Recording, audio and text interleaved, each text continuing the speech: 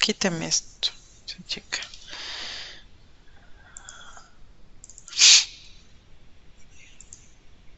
No, igual tengo que pasar. Sí, mejor, tengo que pasar hasta donde estábamos viendo. A ver,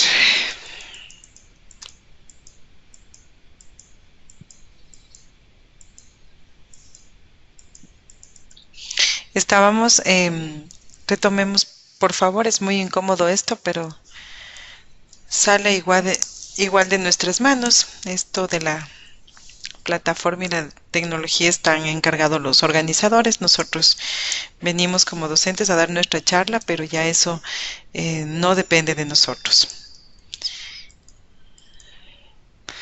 Estábamos dentro del manejo prehospitalario y el hospitalario. La atención en urgencias tiene que seguirse algunos pasos, ¿no? Obviamente estabilización de la paciente, monitorización continua, administrar oxígeno suplementario, monitorización fetal continua también para verificar siempre el bienestar del producto. Administrar fluidos intravenosos, realizar una reanimación con líquidos si es que estamos o los signos vitales nos indican que existe una hemorragia evidente. Hay que compensar a nuestra paciente, monitorizar los signos vitales. Si activamos ya una clave roja del score mamá, tenemos que colocar una sonda vesical para cuantificar la diuresis de la paciente. Y si es necesario o requiere nuestra paciente, tenemos que realizar una hemotransfusión, catalogando obviamente con qué grado de shock se encuentra y cuáles son las medidas que vamos a realizar. Al realizar una amniotonía para disminuir la presión intrauterina, la extravasación de sangre en el miometrio y la entrada de sustancias tromboplásticas en la circulación y obviamente terminar el embarazo de manera urgente con una cesárea. El tratamiento de la coagulopatía, si es que fuese necesario, ya tendríamos que hacerlo en cuidados intensivos si nuestra paciente se complicara y tuviera alguna alteración en la coagulación. Dentro del manejo especializado nos dice que también podemos tener un manejo como expectante, ¿sí? Dentro del desprendimiento moderado o parcial si es pequeño. Está contraindicada la tocolisis, ¿no? Aunque en algunos casos nos dice que debemos evaluar individualmente el caso y sí a ver si es que se puede utilizar tocolisis con nifedipino hasta lograr la maduración pulmonar o hasta lograr trasladar a nuestra paciente a una unidad de mayor nivel. Siempre y cuando la paciente esté clínicamente estable, nos haya dado tiempo de realizar una ecografía y nos indique que obviamente el desprendimiento es pequeño, ¿sí? Y solo ahí se puede mantener una conducta expectante de cierta manera. Colocar sulfato de magnesio como neuroprotección. La recomendación nos indica hasta las 32 semanas y el manejo va a depender obviamente del sangrado que se presente y de la edad gestacional de nuestro producto. Si existe un desprendimiento severo, tenemos que tener una estabilización cardiopulmonar materna, es el retraso de la atención a la madre y al evento que se nos presente nos puede producir una muerte fetal, ¿no? Hay que mantener siempre la diuresis logrando una diuresis de 30 ml por hora. La cesárea urgente obviamente nos va a dar mejores resultados y si lo realizamos en menor tiempo posible, nos habla incluso de tiempos que se los debe realizar menos de los 20 minutos y podemos tener mejores resultados, tanto maternos como fetales. ¿Sí? Eso en cuanto al desprendimiento prematuro de placenta normoinserta. Vamos a hablar de otra entidad como la ruptura uterina. Es cuando se pierde la solución de continuidad, una solución no quirúrgica de la pared del útero gestante. Existen factores de riesgo para que se presente esta patología, este problema dentro de la segunda mitad del embarazo, los sangrados de la segunda mitad del embarazo. Dentro de los factores de riesgo, por favor, si apagan los micrófonos.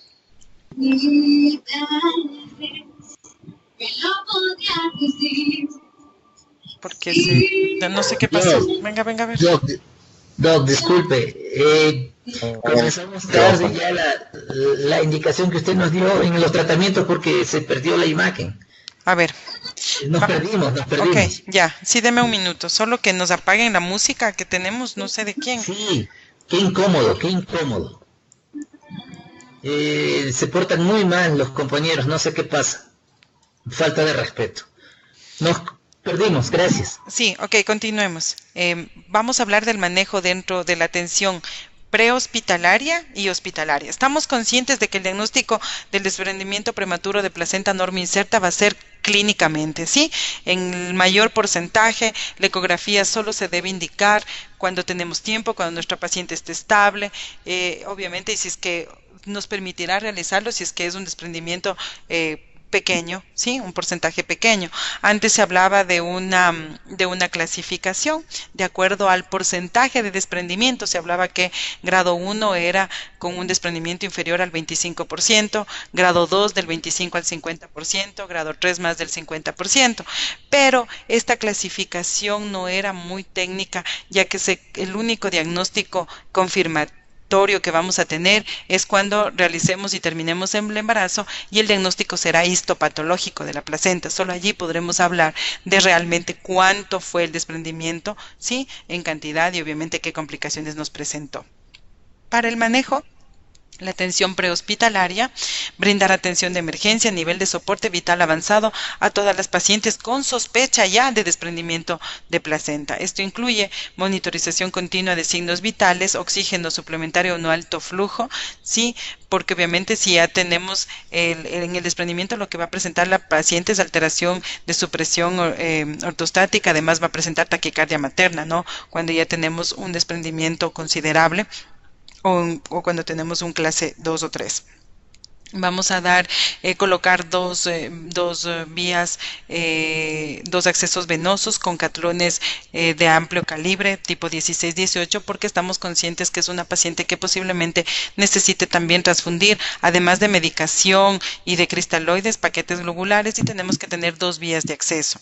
Monitoreo de la cantidad de sangre vaginal, obviamente, si es que es exteriorizada, porque cuando la paciente, cuando se presentan casos en que el sangrado se va a formar el hematoma retroplacentario, no vamos a evidenciar mucho, y a veces la clínica no va a concordar tanto con el sangrado que presente. Pero si los signos y los síntomas de la paciente nos indica alteración hemodinámica, entonces obviamente actuaremos de acuerdo a eso, tomando en cuenta que el sangrado no siempre va a ser profuso y no siempre va a estar de la mano de la clínica ni del desprendimiento en el porcentaje en el que se esté presentando. Eso lo tenemos que tener muy claro. El diagnóstico es clínicamente, y de eso dependerán nuestras acciones y nuestro tratamiento oportuno. La monitorización de la frecuencia cardíaca fetal, obviamente, para vigilar un bienestar fetal, y el tratamiento del shock hemorrágico si es que la paciente está presentando en ese momento, ¿no? Con todas las medidas, activando la clave roja de ser necesario dentro del score mamá, hasta poderle estabilizar y transferir a un centro de mayor nivel donde tengamos acceso a un quirófano si necesitamos terminar el embarazo de manera emergente con una cesárea, donde tengamos una unidad de cuidados intensivos maternos, porque generalmente si es que hay complicaciones de coagulopatía, la paciente irá a unidad de cuidados intensivos, y obviamente también donde podamos recibir a nuestro producto de acuerdo a la edad gestacional. Es decir, si es prematuro extremo, necesitará unidad de cuidados intensivos neonatales. Entonces también tendríamos que siempre tratar de tener todas las condiciones adecuadas o transferir a un centro de mayor especialidad, donde podamos dar la mejor atención a nuestra paciente, siempre poniendo como prioridad el bienestar materno, ¿no? Siempre anteponiendo eso. La atención en urgencia se debe fundamentar en los siguientes pasos, nos dice la guía del ALSO, y nos dice también las clínicas de Barcelona: monitorización continua, administrar oxígeno suplementario, monitorización fetal continua, administrar fluidos intravenosos, realizar una reanimación con líquidos de manera incluso agresiva para lograr una perfusión adecuada, monitorear los signos vitales y la producción de orina con la colocación de sonda vesical, tratando siempre de mantener por lo menos 30 ml hora de diuresis, ¿sí? Y la hemotransfusión, de ser necesaria, obviamente, tener siempre dentro de los exámenes, como dijimos, iniciales, dentro de los exámenes de laboratorio, siempre fundamental la tipificación para poder solicitar los paquetes globulares si es que vamos a realizar una transfusión a nuestra paciente. Se puede incluso realizar una amniotonía para disminuir la presión intrauterina, la extravasación de sangre en el miometrio y la entrada de sustancias de tromboplastina en la circulación, lo que generalmente nos produce un útero de Cavalier, ¿no? Y la cesárea urgente, que es el tratamiento para terminar el embarazo. El tratamiento de la coagulopatía y de la coagulación intravascular diseminada si es que es necesario y si se presenta en este caso. Nos habla también que podemos tener un manejo en tanto expectante de acuerdo al grado de desprendimiento que puede presentar y obviamente si es que verificando la estabilidad hemodinámica de nuestra paciente. Si tenemos una paciente que presentó un sangrado escaso, que está clínicamente estable, que hicimos un monitoreo fetal electrónico y nos da un categoría 1, es decir, con una frecuencia cardíaca fetal normal, con variabilidad, sí, está una paciente sin contracciones, sin dolor, pero con un sangrado escaso, nos podemos dirigir a realizar un eco obstétrico, verificar si existe un grado de desprendimiento. La tocolisis está contraindicada, aunque existen estudios que dicen que tenemos que evaluar cada caso y si es que podemos utilizarla para lograr maduración pulmonar, es de acuerdo a la decisión individual y de decisión del obstetra y la decisión de acuerdo a cada paciente que tengamos. Pero está contraindicada porque si es que existe, por ejemplo, una hemorragia masiva con un desprendimiento importante, no tenemos que usar nifedipino, sino terminar el embarazo de manera urgente, independientemente de la edad gestacional que tenga. Se debe colocar sulfato de magnesio como neuroprotección fetal. Antes de las 32 semanas lo recomiendan y el sulfato de magnesio se le coloca igual que para una preeclampsia, 4 gramos de impregnación y 1 gramo intravenoso cada hora hasta terminar el embarazo. Se termina el embarazo y se suspende el sulfato de magnesio que usamos para neuroprotección. El manejo, como dijimos, depende del sangrado y de la edad gestacional. En el desprendimiento severo necesita un manejo especializado, ¿no? La cesárea es urgente, cuando se lo realiza dentro de los menos de 20 minutos se obtienen mejores resultados maternos y fetales, ¿no? Si es que está en coagulopatía tenemos que pasar plaquetas, plasma fresco congelado, bueno, la paciente asumimos que si está en una coagulopatía ya tenemos una paciente en cuidados intensivos, ¿no? Lograr siempre la estabilización cardiopulmonar materna. El retraso de la atención nos puede provocar una muerte fetal y por consiguiente complicaciones del óbito fetal, una coagulación intravascular diseminada, una muerte materna. Entonces, la actuación siempre tendrá que ser inmediata, ¿sí? Y siempre actuar de manera oportuna. Vamos a hablar acerca de la ruptura uterina, es cuando se pierde la solución de continuidad no quirúrgica de la pared del útero gestante. Existen factores de riesgo para que se produzca esta entidad como multiparidad, hipertonía uterina, el uso indiscriminado de oxitóxicos y prostaglandinas, ¿sí? Las cirugías uterinas previas, generalmente miomectomías, cuando hemos tenido que realizar cirugías previas antes del embarazo, traumatismos externos, sí, también cirugías previas por cesáreas anteriores. Dentro de la entidad de ruptura uterina no se contempla las perforaciones uterinas que se realizan iatrogénicamente cuando hacemos legrados uterinos instrumentales o por histeroscopía. No contempla esta patología dentro de la ruptura uterina. Dentro de las manifestaciones clínicas de la rotura uterina está el sangrado vaginal. Sí, es un sangrado vaginal considerable con dolor. Lo típico de la rotura uterina es que vamos a tener un cuadro clínico de la siguiente manera. La paciente va a tener contracciones previamente y con mucho dolor. El momento generalmente se da con taquicistolia porque cuando tiene relación al mal uso de oxitóxicos, cuando usamos oxitocina en la conducción y no está bien llevada esta oxitocina, no está colocada en bomba de infusión como nos dice la guía de práctica clínica, son medicamentos muy lábiles, cuando no está bien llevada eso y cuando es por el uso indiscriminado de oxitóxicos, la paciente obviamente puede tener taquicistolia, no más de 6 contracciones en 10 minutos, pero la paciente va a tener mucho dolor, lo que nos va alertar acerca de una rotura uterina es que va a cesar las contracciones y va a haber ausencia de dolor. Le va a quitar el dolor abruptamente, sí, pero es porque el útero ya se rompió. Eso tenemos que tener muy en cuenta. Es un signo muy importante que nos va a indicar una rotura uterina, ¿no? Obviamente la ausencia de tonos cardíacos fetales y si es que se pueden palpar fácilmente partes fetales en el abdomen materno es porque ya se produjo una rotura uterina completa. Va a haber taquicardia, hipotensión materna y se convierte en una emergencia obstétrica. Sí, hay que ingresar de manera emergente a hacer una laparotomía exploratoria.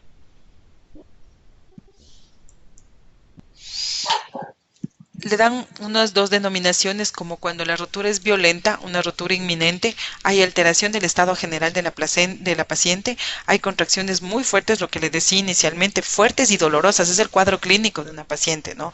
La exploración es muy dolorosa, puede formar el anillo de Van, el signo de Fromel, que es cuando los ligamentos anchos se estiran mucho, ¿sí? Los ligamentos se estiran mucho y nos da la forma del útero como un reloj de arena incluso, ¿sí? Nos está avisando que el útero está a punto de romperse. Tenemos que ser muy cautos en el diagnóstico y actuar de manera emergente, ya que esa se convierte en una emergencia obstétrica. La rotura consumada, el dolor brusco, lancinante, hay cese de contracciones, cese de dolor. Hay una hemorragia interna, hay un shock hipovolémico materno, se puede palpar incluso partes fetales en el abdomen y obviamente ya no tenemos frecuencia cardíaca fetal.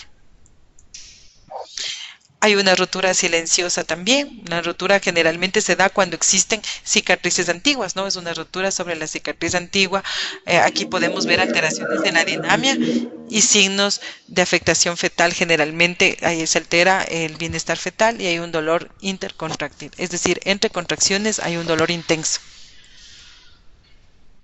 La conducta, las medidas preventivas, el diagnóstico de posibles distocias, hay que tener en cuenta también cuando usamos o cuando realizamos partos instrumentados, tenemos mucho riesgo. Lo más importante dentro de las medidas preventivas es una correcta monitorización de la labor de parto. Hablamos que hay factores de riesgo como las cicatrices previas uterinas, hay mayor riesgo cuando existen más de 2 cesáreas, lo dice la bibliografía. El uso de prostaglandinas en pacientes con cesáreas anteriores y que vamos a llevar a un parto normal, también es un uso, está contraindicado el uso de prostaglandinas, ¿sí? Evitar es lo que dice el uso de prostaglandinas en cesárea anterior, una cuidadosa atención del parto vaginal con asistencia del periodo expulsivo mediante instrumental, hay que tener mucho cuidado, ¿sí? Y vigilar, obviamente esas son las medidas preventivas. Cuando hay una rotura inminente, hay una detención del parto y el uso de oxitóxicos y hay que obviamente dar una resolución inmediata por vía alta, es decir, entrar a una laparotomía. Y cuando la rotura ya está consumada, estabilizar hemodinámicamente a nuestra paciente, realizar una laparotomía exploratoria para ver si es que podemos realizar suturas y podamos mantener o conservar el útero, o si no terminará generalmente en histerectomía, ligadura adipogástricas, ¿sí? Cuando la hemorragia es masiva y cuando tenemos un riesgo de muerte materna. ¿No? La extracción fetal y la reparación del daño, solo ahí nos daremos cuenta en cuánto o cómo está el daño. Es muy importante acotar que dentro de los factores de riesgo para rotura uterina están las cicatrices previas por cesárea. Nos hablan que cuando tenemos una cesárea anterior y queremos llevarla a un parto normal, ¿no? Que también no está contraindicado siempre y cuando la condición obstétrica nos lo permita, ¿sí? Y no se repita la misma causa por la que se le operó anteriormente a nuestra paciente, tenemos que vigilar muy bien el uso de oxitóxicos, ¿no? Están contraindicadas las prostaglandinas y hay más riesgo cuando hay más cesáreas, ¿no? El riesgo aumenta considerablemente en un 80% cuando existen 2 cesáreas anteriores. Cuando existe una cesárea previa y si nuestra paciente tuvo un parto anterior previo, después la cesárea no fue por una condición obstétrica, fue por otra causa y ahora queremos intentar un parto normal, dice la bibliografía que se puede lograr con éxito en un 75% de los casos, siempre y cuando avisando y comunicando a la madre que puede terminar o tiene un riesgo de rotura uterina, puede terminar en una cesárea de emergencia, es decir, lo tenemos que realizar teniendo y contando siempre con un equipo de emergencia, es decir, si tenemos o estamos en centro obstétrico, sala de partos, tener conjuntamente nuestro quirófano habilitado y si es que encontramos evidencia de un riesgo de compromiso de bienestar fetal o un riesgo de rotura uterina, de manera inmediata le pasaríamos a una cesárea de emergencia. Todo eso previo consentimiento materno, no está contraindicado el parto después de una cesárea, pero de una sola cesárea, siempre y cuando no se repita la condición obstétrica por la que se realizó la primera cesárea.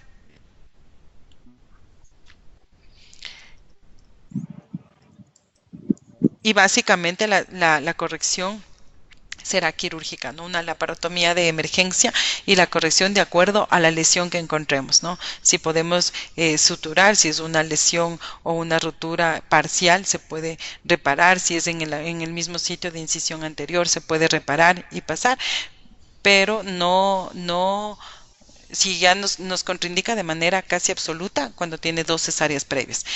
Sandra pregunta cuánto tiempo intergenésico después de una cesárea se puede intentar un parto normal.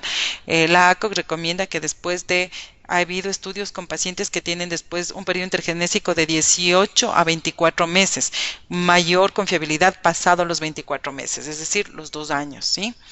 Pero con todas las condiciones que aclaramos inicialmente, previo el consentimiento informado de nuestra paciente, teniendo siempre al lado un quirófano de emergencia. Por si estamos vigilando la labor de parto, sucede algo y decidimos terminar por cesárea, tiene que ser de manera emergente y lo tenemos que tener a la mano.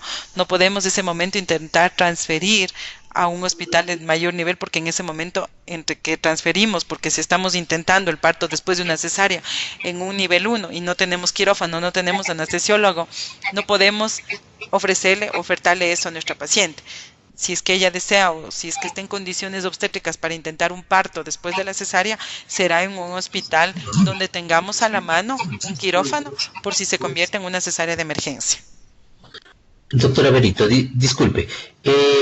Hace un momento yo le preguntaba si hay un tiempo prudente de que se presente el útero de Cuvelier en una paciente que viaja unos 40 minutos con desprendimiento clase 2, o todo depende del estado hemodinámico de la paciente. No es a una hora se presenta el útero de Cuvelier, qué sé yo. No, o sea, no nos dice, dentro de la bibliografía no nos dice en tanto tiempo de tal grado de desprendimiento se va a presentar el útero de Cuvelier. No sabemos por qué. Porque incluso para cuantificar nuestro desprendimiento no lo hacemos clínicamente, pero obviamente, bueno, vamos nuevamente a la clasificación. No siempre vamos a tener un sangrado, no siempre el sangrado profuso va a ser signo de que hay un desprendimiento mayor.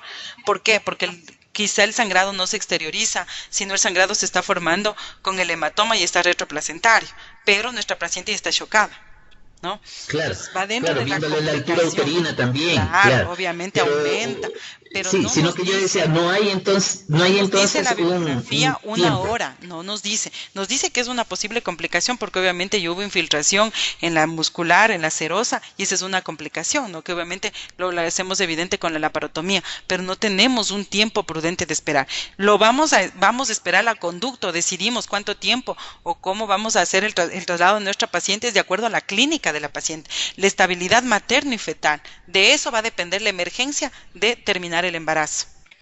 Bien, y en el caso de que se le está haciendo tratamiento para la coagulopatía que se presente, ahí a lo que se hacen las transfusiones es con el tratamiento, con el esquema de las transfusiones masivas.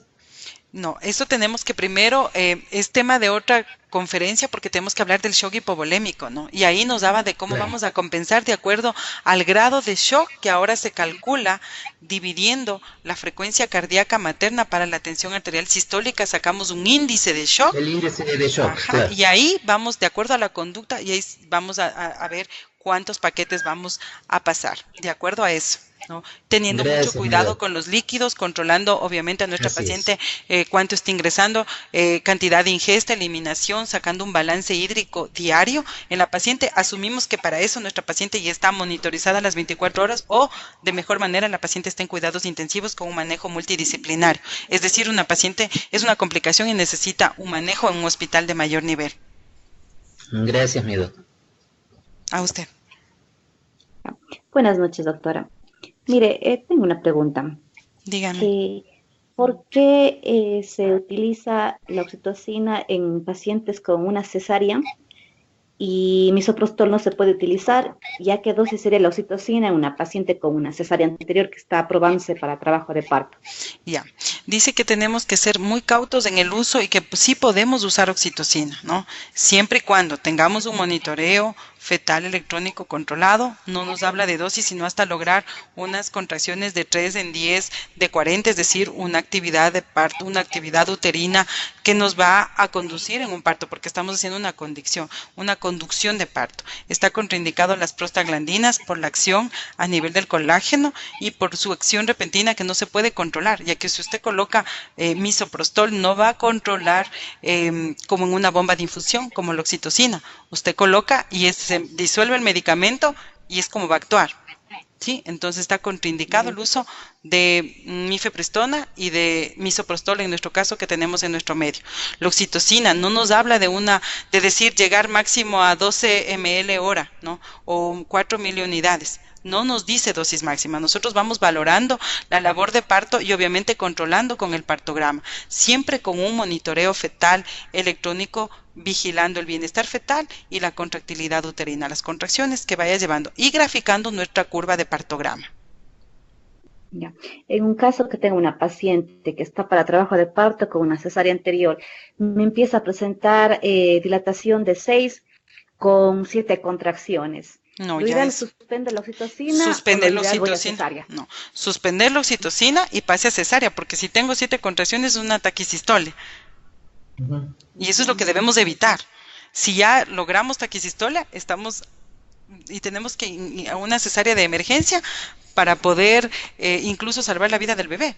No, evitar o lograr operar a tiempo, entrar a la parotomía, una cesárea, y tal vez encontrar que la rotura uterina se dio justo en el segmento de la histerotomía previa, ¿no? Pero ya si tenemos taquisistolia es un signo de alarma, Ya, porque muy tiene bien, cicatriz muchas previa. gracias. Me dicen, buenas noches, doctora. Entiendo que todas las gestantes con historia obstétrica quirúrgica debe ser atendida su parto en un segundo nivel.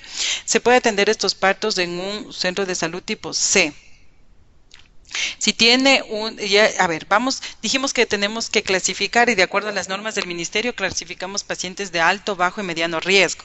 Si tiene una cicatriz uterina, la paciente tiene que ser transferida a un hospital de segundo nivel. ¿Sí? Porque no sabemos en qué momento, primero, si tiene cicatrices, no me especifica, si tiene una cesárea anterior, no podemos nunca intentar un parto normal si no tenemos al lado, pero ahí a 5 minutos o a 1 minuto de pasar de sala a sala, un quirófano con todo equipado y disponible siempre, ¿no? Si tiene otra cicatriz como de una miomectomía, entiendo, o no sé cuál es la pregunta, pero cualquiera de esas son factores de riesgo y la paciente tiene que ser transferida.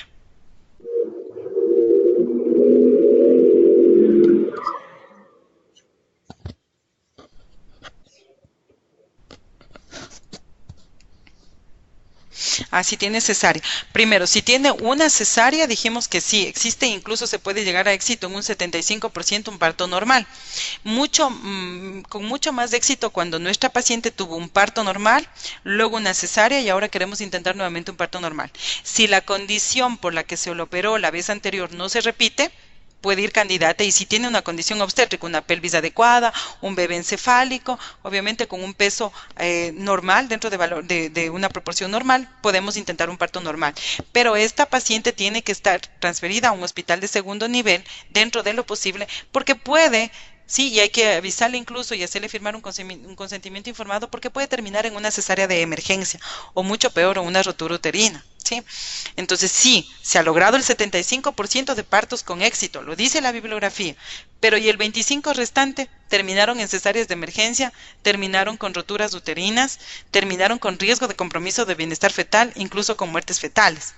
Entonces tenemos que ser muy cautos en lo que vayamos a nosotros a garantizar a nuestra paciente. Siempre tenemos que vigilar el bienestar materno y fetal. Si no tenemos las condiciones, lo más cauto que debe ser es realizar una transferencia, justificando por qué, ¿no? Doctora, otra pregunta. Pero a veces se ha dado el caso en el que uno se entra a operar a una paciente con una cesárea una vez y pues o cesárea 2 veces y el segmento uterino es tan fino.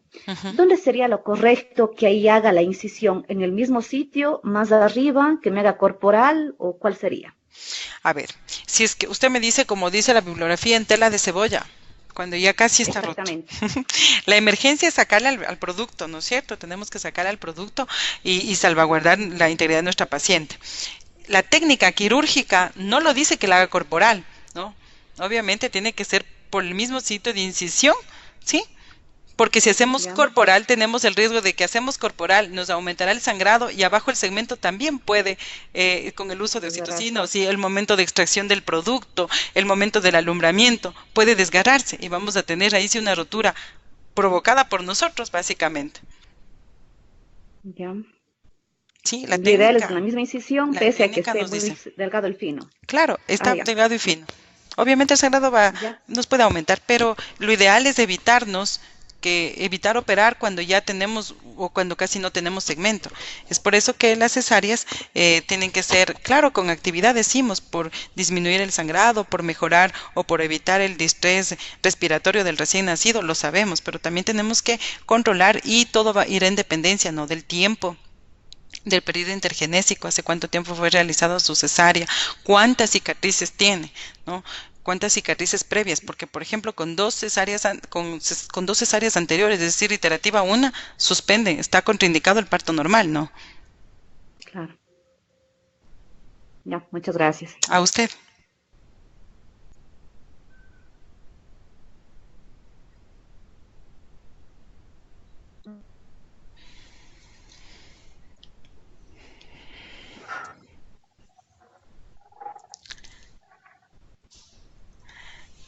Bueno, ha sido un gusto compartir con ustedes. Que tengan muy buena noche. Nos veremos el fin de semana con las personas que asistan a los talleres. Muchas gracias por su atención. Que descansen y por favor pongamos en práctica todos nuestros conocimientos. Las pacientes obstétricas son una bomba de tiempo, pero es a lo que nos dedicamos, es lo que amamos. Siempre actuemos por convicción, con vocación, pero todas las decisiones que tomemos que sean fundamentadas en bibliografía, ¿sí? En fundamento teórico, que eso es lo que nos hará ser mejores profesionales y obviamente mejores personas. Muy buenas noches. Gracias, doctora. Buenas noches. Muchas Gracias. gracias. Gracias. Gracias. Buenas noches, gracias. Gracias.